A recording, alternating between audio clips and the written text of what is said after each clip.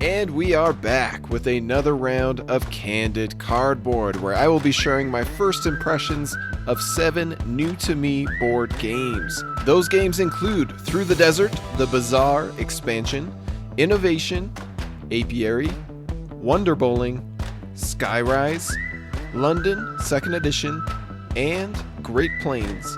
My name is Nick Murray, and you are listening to the Bitewing Games podcast.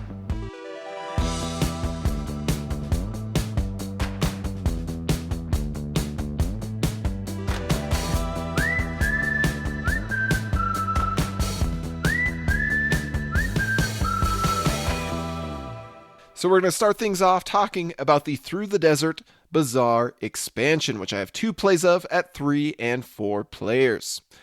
After 26 years of existing as one of the greatest strategy games of all time, Through the Desert finally gets its first official expansion, unless we're counting the Riverside of the game board, which was added to later editions. The Bazaar expansion introduces 4 modules that you can mix and match however you please, although I don't recommend playing with all 4. That just feels like too many condiments for one game. River Nomads introduces 2 public goals out of 10 possible options that players compete over for endgame bonus points. In our particular play, these cards granted bonus points to the player who connected to the most oases and to the player who had the most camels along the river. Notably, the Oasis and River already grant points by connecting to or crossing over them respectively, so Rival Nomads merely made these 2 features the obvious and dominant strategy for better or worse. While other players went heavily after enclosing border spaces, and I did very little to stop them, I set up my own caravans all near the river and between oases. By focusing heavily on the objective cards, I was able to earn both of them and end up with a much bigger final score, even when compared to players who had enclosed a ton of spaces. I don't mind this module for mixing up the incentives, but I ultimately prefer Through the Desert without it because it keeps the various strategies more balanced against one another. The Djinns module is nothing but 16 more cards that add some wacky unpredictability and swingy luck to the experience. Every time a player earns Oasis points, at the end of their turn they reveal a new Djinn card that forces a new rule upon the entire table until it is replaced by the next Djinn card. These forced rules include things like must place at least 1 red camel, or cannot place green camels, or place 3 camels, or place only 1 camel, or cannot place camels on watering hole tokens, or cannot place camels on border spaces. It's an amusing way to force more adaptation into the experience until it isn't. I enjoyed when the group could not place purple camels out, so I took advantage by sneaking my own non-purple caravan around an enemy's purple caravan that could do nothing but watch me invade their territory. But I mostly felt bad when my friends were barred from finishing their large enclosures during the final turns because we couldn't use red camels at all. Ultimately, the swingy luck did as it tends to do and randomly favored one player far above the rest. In this case, it was the most experienced player who didn't need the extra help. After seeing how that first session played out, I'm not inclined to use the Djinns module ever again. So the cards are definitely the weakest part of the Bazaar expansion, at least for my tastes. But the good news is that the other 2 modules more than compensate for the Rival Nomads and Djinns' shortcomings. Perhaps the simplest module of this pack is the Special Watering Holes. These tiles replace some of the basic 1, 2, 3-point tiles with more interesting bonuses, an extra camel, or a trade good. An extra camel tile can be spent immediately or during a later turn to put out, you guessed it, an extra camel beyond the standard 2 per turn.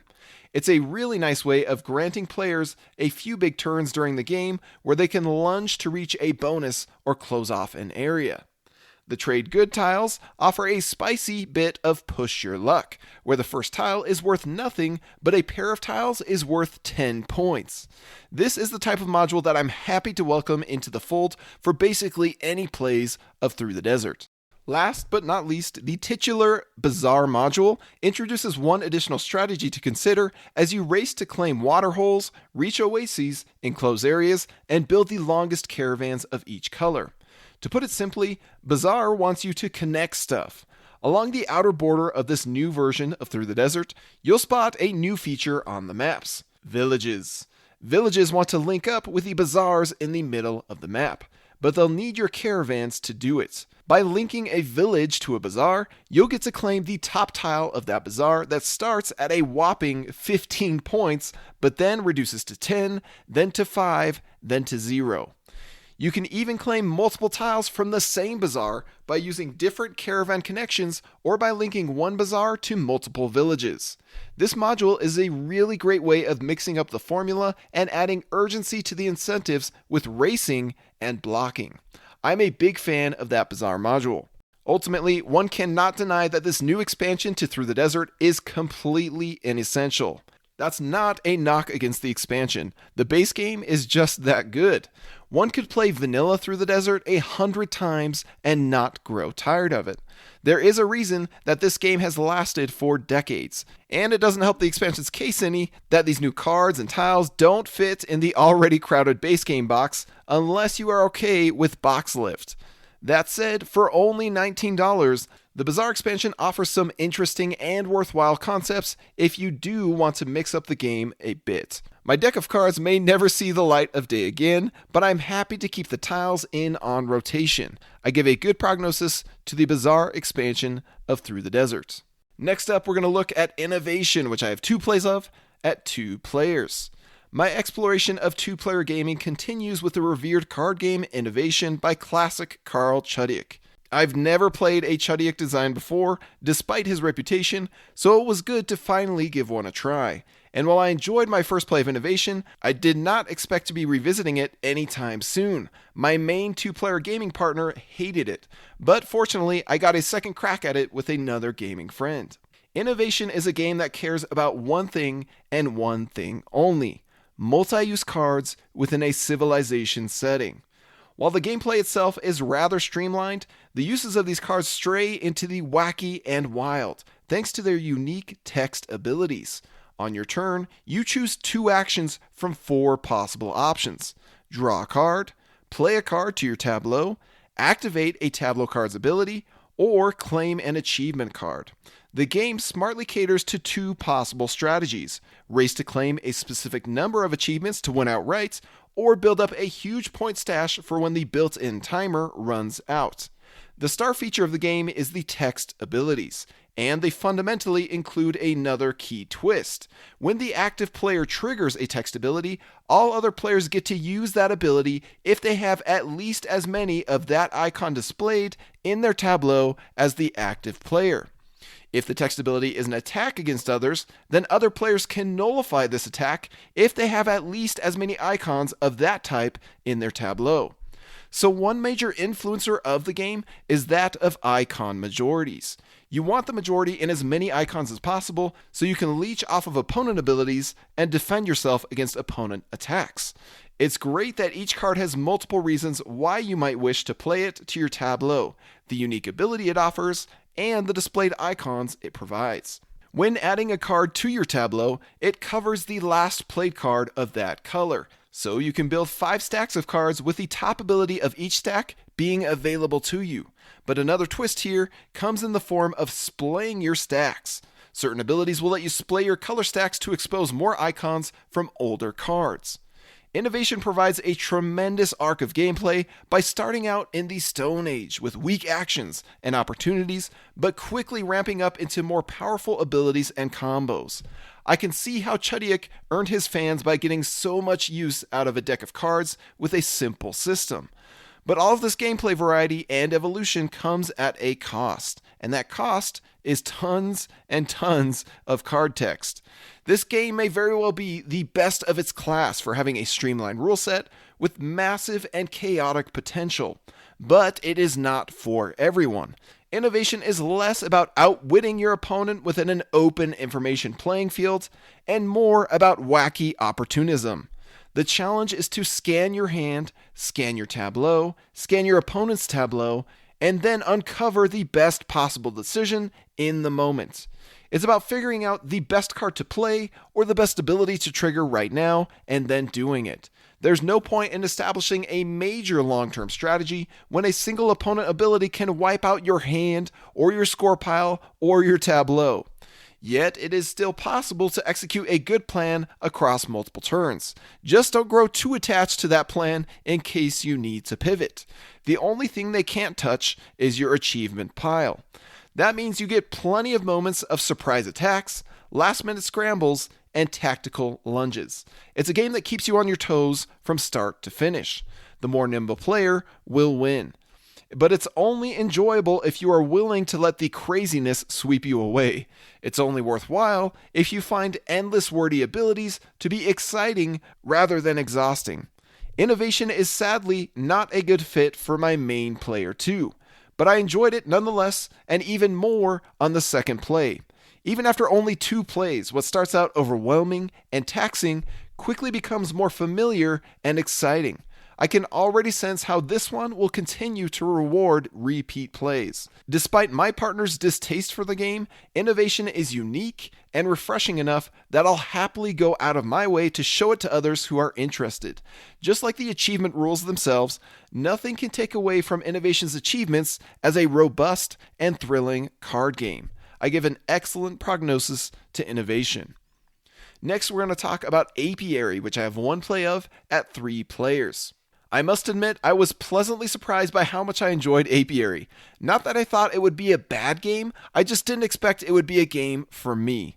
The feature that sent my sirens blaring, kind of like innovation, was the abundance of text and icons across the game board and its components.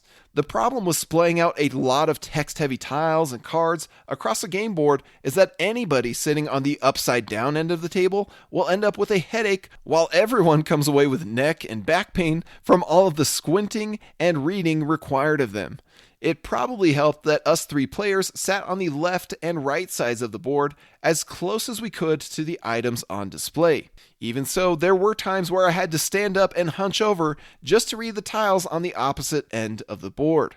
Perhaps this all sounds like an old man shaking his fist at the clouds. I'm not old though. I'm just spoiled by too many other games that don't ask me to crane over them and scan a bunch of text across my table. At any rate, games with these demands can still be enjoyable to play, as long as you have the energy and the juice is worth the squeeze.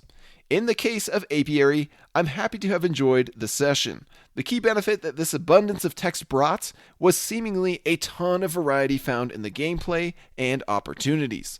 A market of planets, cards, and tiles provide a wealth of strategic avenues for players to explore. My starting board and faction set me off to become the resource guy, earning resources for days to then convert them into valuable honey.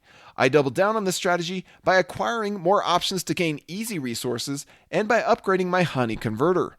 Based on the many other abilities I saw, those left in the box, as well as those that came and went on the game board, it seems that my strategy in a future game would end up feeling very different, which is great. The core loop of Apiary is found in the use of worker bees that gradually improve in their effectiveness over time until they are ready to hibernate. While there are several worker placement regions you can send your bee off to, you are never blocked from a space.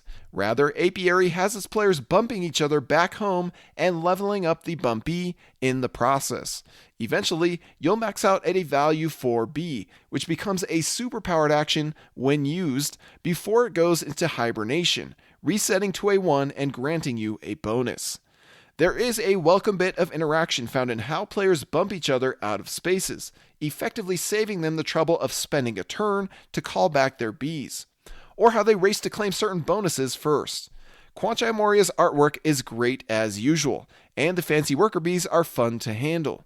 The graphic design does its job well to get out of the way and get you playing the game. Now, aside from the few little twists I just mentioned, Apiary doesn't stray far from the standard modern Eurogame formula.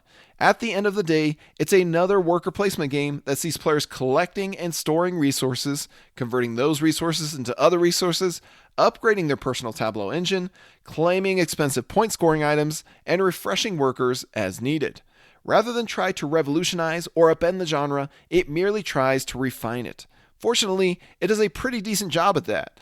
I enjoyed the general flow and focus, and it didn't overstay its welcome. Maybe we should let these space bees take over the galaxy after all. I gave a good prognosis to Apiary. Next game on my list, Wonder Bowling, which I have 2 plays of at 5 and 6 players.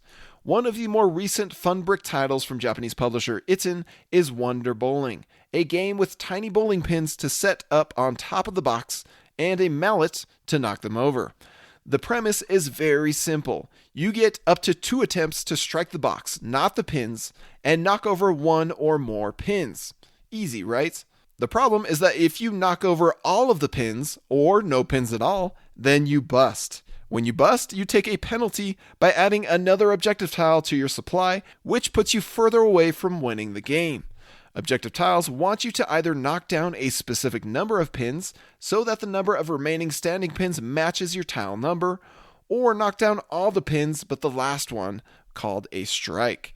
So there will be times where you want to knock down a ton of pins and times where you only want to knock down one or a few. First person to complete their objectives or last person standing wins. Players will quickly find themselves eliminated if they bust after all the extra objective tiles have been claimed. Total elimination seems to be the most common outcome for this game. Either that, or our playgroups are a bunch of clumsy bowlers. The strategies that players use to strike the box are amusing to watch. Some strike from above like a hammer and try to trampoline the pins off. Others swing at it from the side like a wrecking ball that pushes the box laterally. Others give it a gentle tap in hopes of knocking just one pin over. No matter how you do it, the key to success is in how hard you swing. And while that sounds easy enough to control, in practice I've seen a few players struggle. Some people seem to only have 2 power settings when it comes to their bowling technique. 1, Hulk Smash, and 2, Imperceptible Graze. It's hilarious for everyone else to watch them fail miserably, but these players themselves didn't seem to get any fun out of it. On top of that, the game does require a fair amount of upkeep, as players have to reassemble all the pins after each strike or bust, when all the pins are knocked over. There can be some amusement to see how a player sets up the pins for the next person. Anywhere on the box goes, as long as the pins don't touch, but it usually feels more like a chore than anything. I get a kick out of this game, but so far it feels more like a fleeting novelty than a game that demands to be revisited. It doesn't quite call to me and hit the spot like other fun brick games have, such as Viking Seesaw and Ninja Master. So I give a fair prognosis to Wonder Bowling. Next, we're going to talk about Skyrise, which I have 3 plays of at 3 and 4 players. I feel a personal fondness for projects like Skyrise. Much of that is due to the similarities to our own crown jewel selection of games, Zoo Vadis, Cat Blues the Big Gig, and more.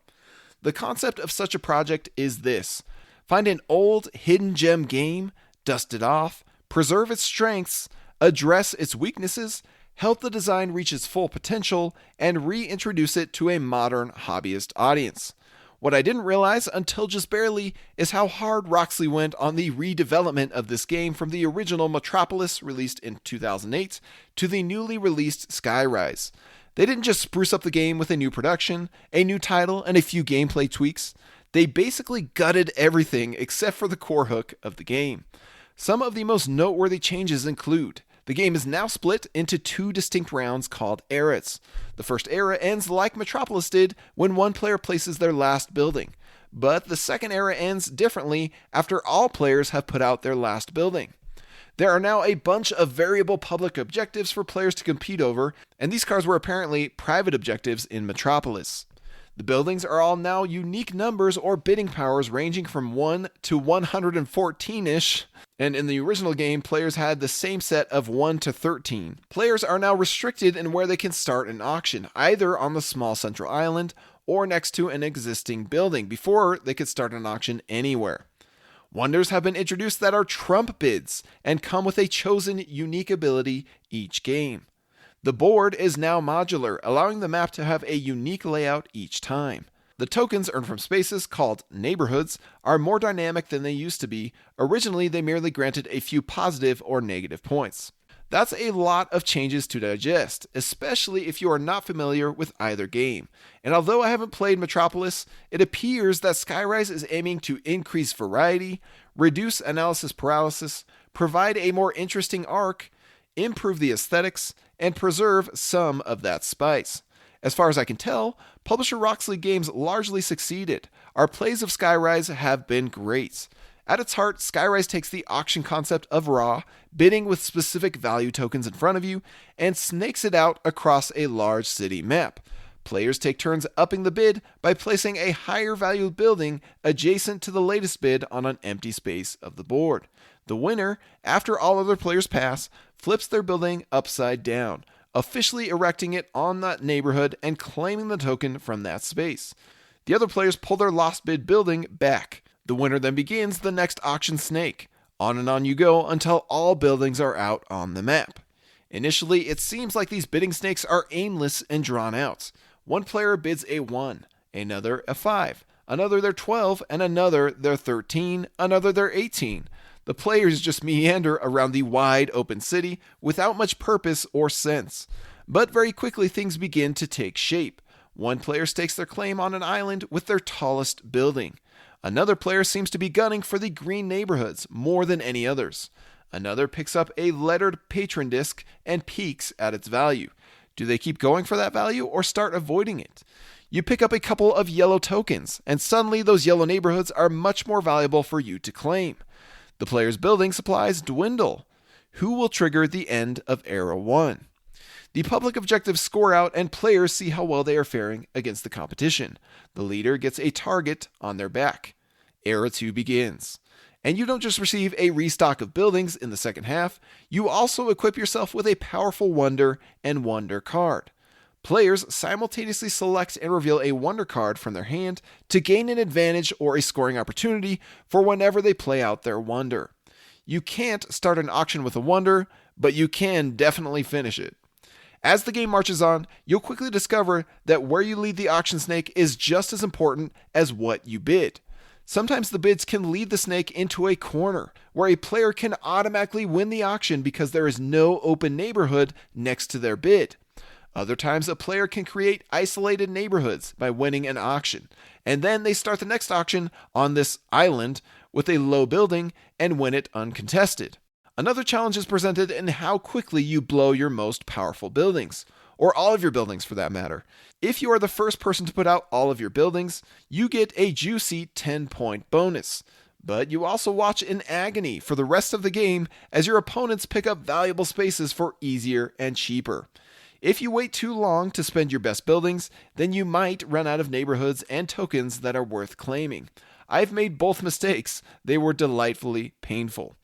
Despite coming in a big box, the game is rather approachable to teach and play, although the implications of your actions might not fully be realized until after you have made enough tactical mistakes. There's more layers to this one than one can spot at first, but they are a joy to uncover. The Deluxe Collector's Edition is a luxury that is both lavish and frustrating.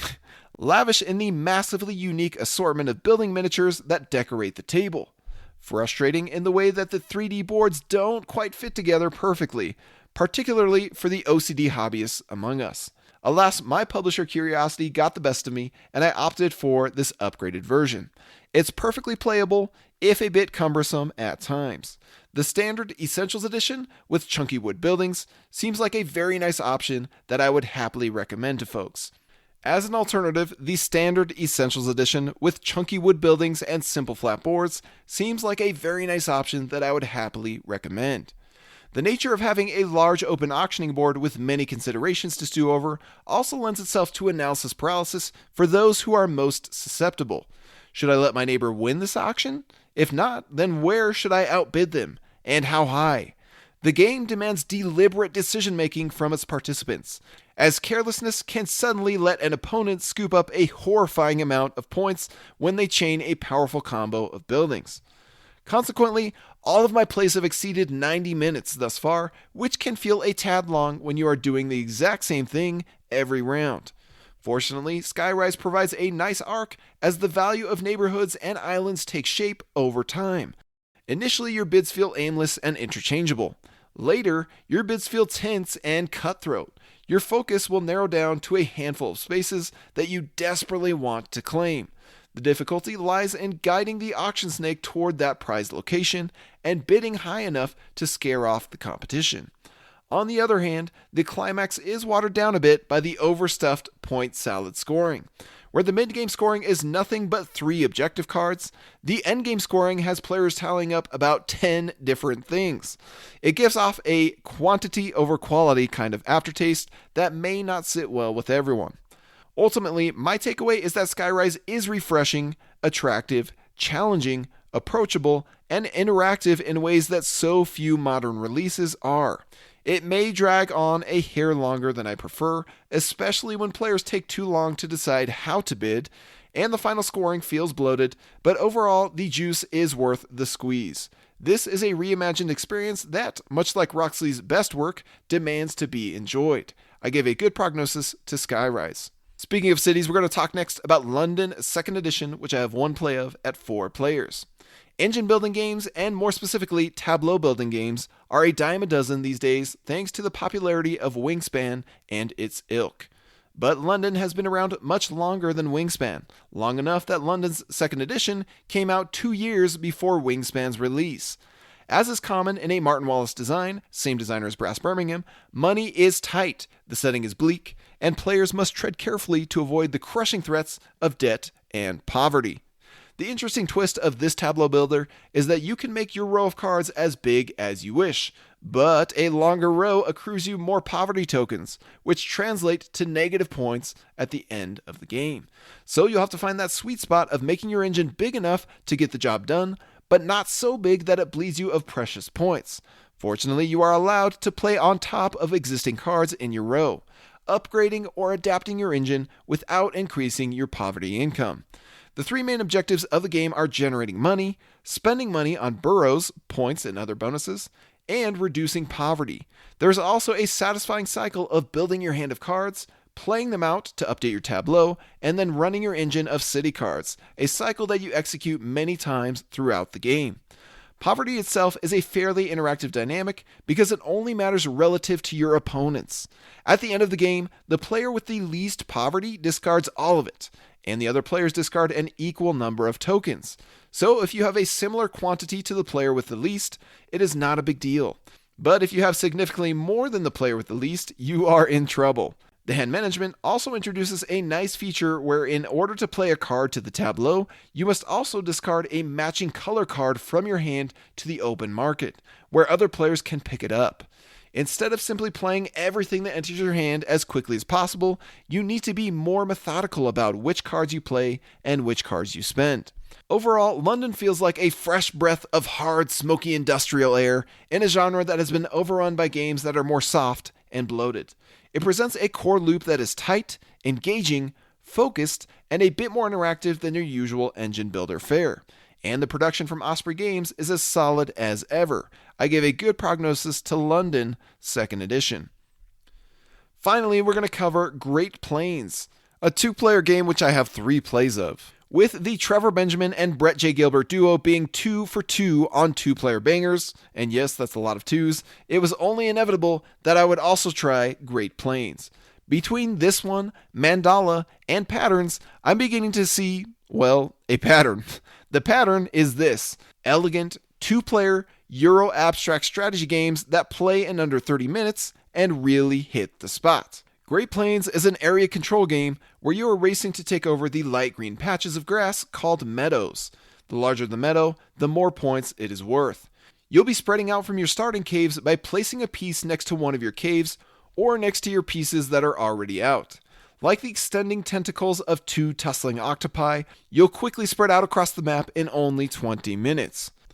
Much like Through the Desert, there is an urgency to do everything, but this urgency is chained by the painful restriction of only doing one thing per turn.